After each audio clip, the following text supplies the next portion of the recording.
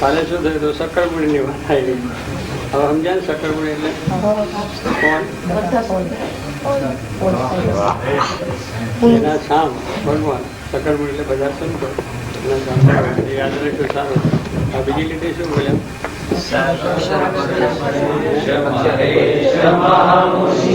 અક્ષર પરા